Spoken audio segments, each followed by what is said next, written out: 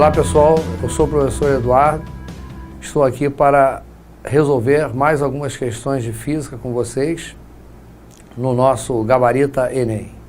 Nós hoje temos um conjunto de questões bastante interessantes, algumas caídas em provas anteriores, outras de concursos similares, então vamos aproveitar bastante aí a nossa aula. Nós vamos iniciar com a questão de número 1, questão caída na versão 2013 da prova do Enem. É uma questão do assunto ondulatórias. O enunciado da questão, um enunciado relativamente curto, faz referência a duas notas musicais. Ele diz lá que num piano, o Dó central e a próxima nota, o Dó maior, apresentam sons parecidos, mas não idênticos. É possível utilizar programas computacionais para expressar o formato dessas ondas sonoras em cada uma das situações, como apresentado nas figuras, em que estão indicados intervalos de tempo idênticos. Fundamental a informação: intervalos de tempo idênticos. Eu vou recorrer às figuras que a questão apresenta e observo que para a nota Dó central, durante um intervalo que ele definiu como T maiúsculo, eu tenho esta figura que aqui aparece.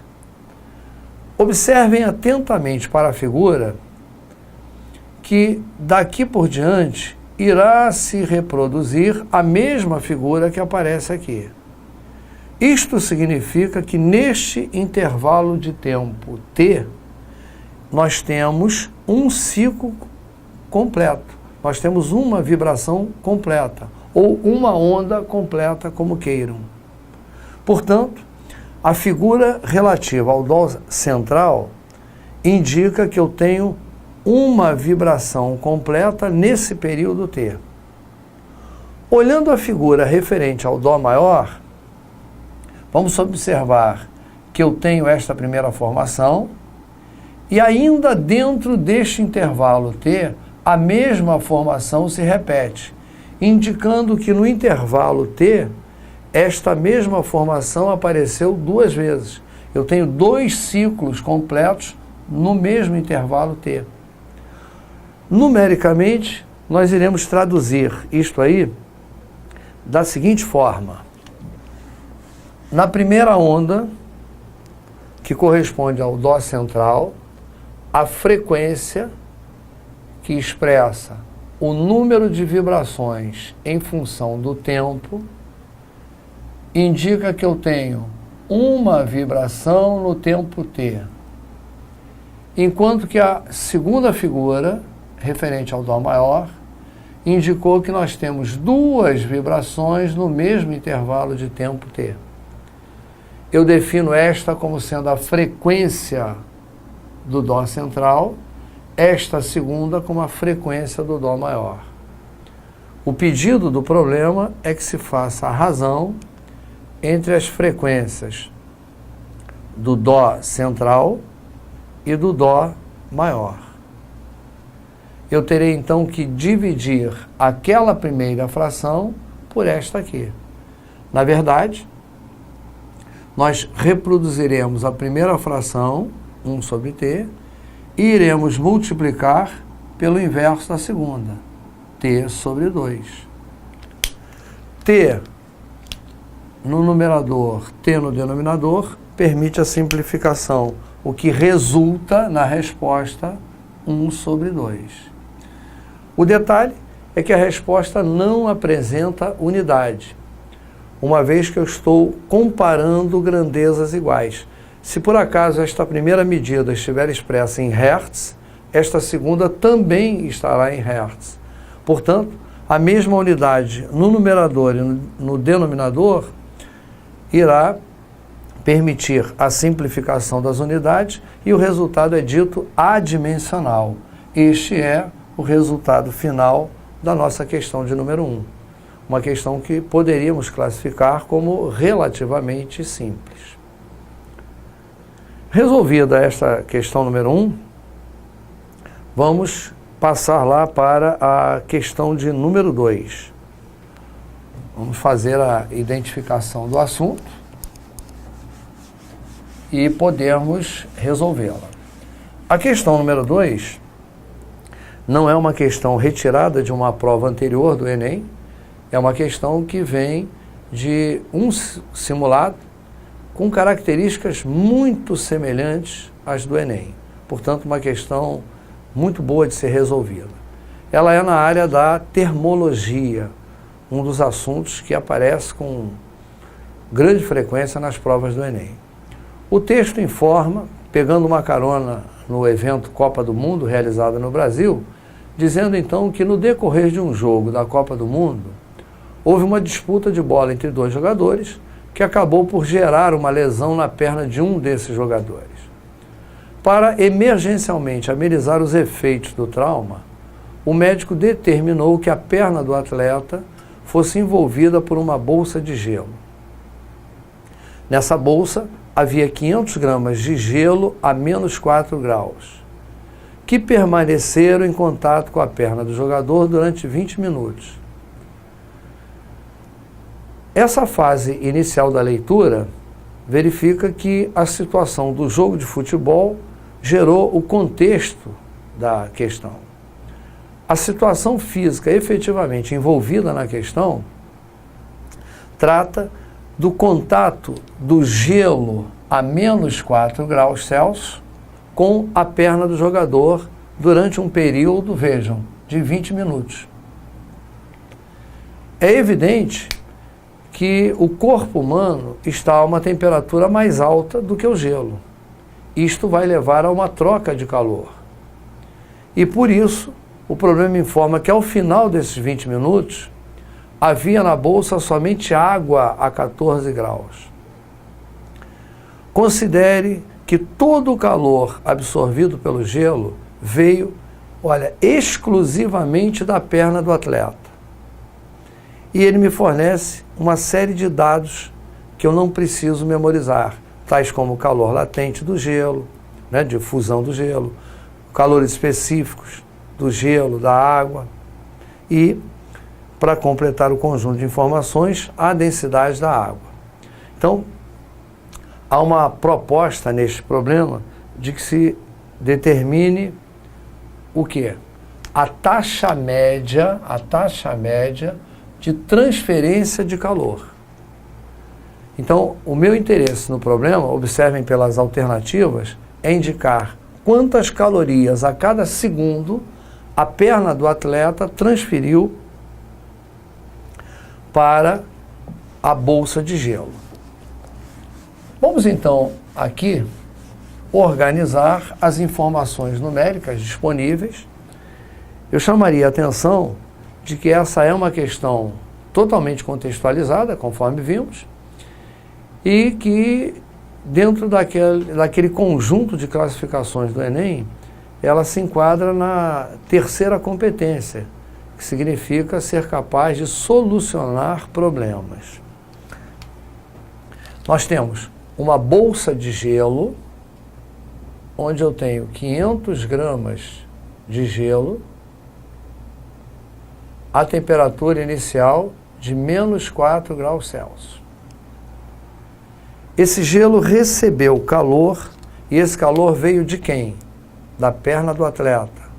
Então ele recebeu calor e permaneceu recebendo calor durante quanto tempo? 20 minutos. Era a informação contida no texto. Como consequência desse calor, todo esse gelo acabou se convertendo em água. Nós passamos a ter 500 gramas de água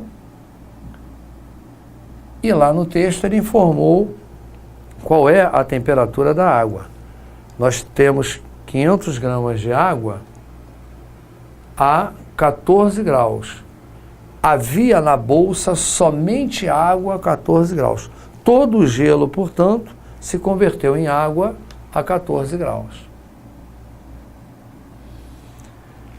Com estas informações, eu pretendo descobrir qual é a taxa média de transferência de calor da perna para o gelo. Bom, essa chamada taxa média nada mais, nada menos é do que a potência térmica de transferência de calor. E essa potência, nós vamos defini-la fazendo a razão entre Q maiúsculo, que seria a quantidade de calor fornecida ao gelo efetivamente, e o tempo durante o qual isto ocorreu. Nós vimos pelas alternativas que as respostas estão todas expressas em calorias por segundo. Isso fará com que a medida do calor venha expressa em calorias e o tempo expresso em segundos. A informação do tempo é uma informação direta. A perna transferiu o calor para a bolsa de gelo durante 20 minutos. Esses 20 minutos nós vamos colocar aqui no denominador da nossa fração, evidentemente já expressando-o em segundos. Nós sabemos que cada 1 minuto contém 60 segundos. Portanto, 20 minutos conterão 20 vezes 60 segundos, o que vai dar como resultado 1.200 segundos. Então, colocaremos lá no denominador da nossa fração o valor 1.200, o número de segundos durante o qual o calor foi transferido da perna para a bolsa. Agora, um pouquinho mais trabalhoso é obter a quantidade de calor que o gelo recebeu neste processo. E aí nós precisaremos fazer um conjunto de cálculos. Raciocinando em cima da situação, fica evidente que o gelo a -4, ao receber calor, tem a sua temperatura aumentada até no máximo 0. Então nós temos uma primeira etapa em que o gelo evolui de -4 a 0 grau.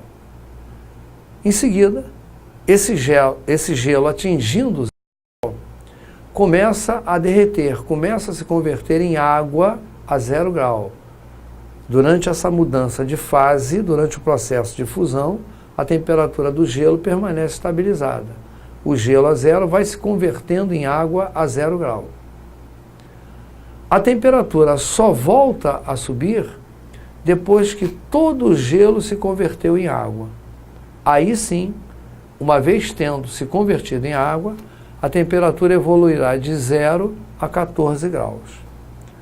Para a nossa organização, nós temos gelo a -4 graus se convertendo em gelo a 0 grau.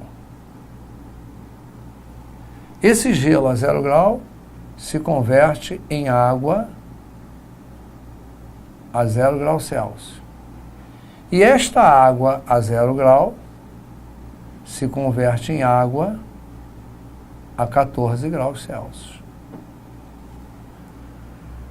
Usando um linguajar técnico, nós diremos que este primeiro processo, no qual o gelo a -4 evolui até 0 grau, é uma transformação sensível, é um processo no qual ocorre variação de temperatura. Em seguida, temos um processo latente, onde, observem, a temperatura não muda, mas o estado físico é quem muda. E, finalmente, temos uma segunda transformação sensível, na qual a temperatura da água evolui de 0 a 14 graus. Portanto, a medida a ser posta no numerador da nossa fração será o resultado do calor fornecido ao gelo a -4 até que ele chegasse à condição de água a 14 graus. Para isso, nós vamos precisar passar por algumas etapas aqui. Calculando o calor sensível neste processo inicial, faremos uso da expressão Q igual a MC delta θ. Portanto, Q será igual a massa de gelo disponível no problema. São 500 gramas de gelo. O calor específico do gelo, o enunciado do problema nos informou que era 0,5. E a variação na temperatura do gelo, se ele evolui de -4 a 0, temos uma variação de 4 graus, uma subida de 4 graus.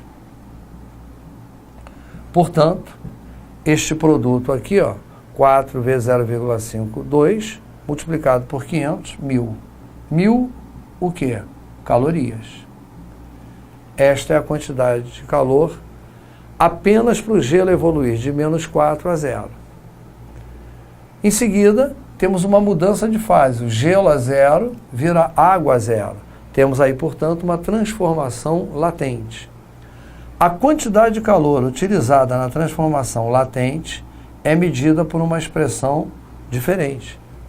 Ela é dada pelo produto ml, uma vez que na mudança de fase não existe isto aqui, variação de temperatura. E nesse nosso produto, o M indica a massa. Eu tenho 500 gramas de gelo se convertendo em 500 gramas de água. A massa 500 gramas. O L é o que nós chamamos de calor latente, que foi fornecido também no problema. No caso, eu tenho gelo se convertendo em água. Trata-se de uma fusão. E o valor do calor latente de fusão é 80 calorias por grama. 500 multiplicado por 80 vai dar 5 vezes 8, 40, com mais 3 zeros, 40.000 calorias é a quantidade de calor utilizada exclusivamente na mudança de fase, que foi a segunda etapa deste processo. E a última, na qual a água zero se converte em água a 14 graus, temos mais uma transformação sensível. Utilizaremos, então, a expressão inicial MC delta θ. Vamos colocá-la aqui. A massa sabemos que é 500. Agora, como já temos água, o calor específico vale 1. E a temperatura evoluiu de 0 a 14, subindo de 0 a 14, temos uma variação de 14 graus. Fazendo a multiplicação, teremos como resultado aqui 7.000 calorias. Portanto, ao longo de todo este processo, a bolsa de gelo recebeu 1.000 calorias para ir de -4 a 0, mais 40.000 calorias para mudar de estado físico e mais 7.000 calorias para evoluir de 0 a 14 graus. Portanto, para que o gelo a -4 se converta em água a 14 graus, são necessárias 48.000 calorias. Eu simplesmente somei 1.000, 40.000 e 7.000. Este é o valor que nós vamos colocar aqui, 48.000 calorias. Na nossa expressão, temos 2 zeros no numerador, que podem ser simplificados com 2 zeros no denominador. Resta como continha ali, 480 dividido por 12. Isto significa que nós temos uma potência térmica de 40 calorias por segundo. Se formos olhar as alternativas, a alternativa 40 calorias por segundo aparece aqui na letra E. Esta, portanto, é a resposta da nossa questão momentânea. Portanto, nós temos aí resolvida essa que é uma questão de termologia.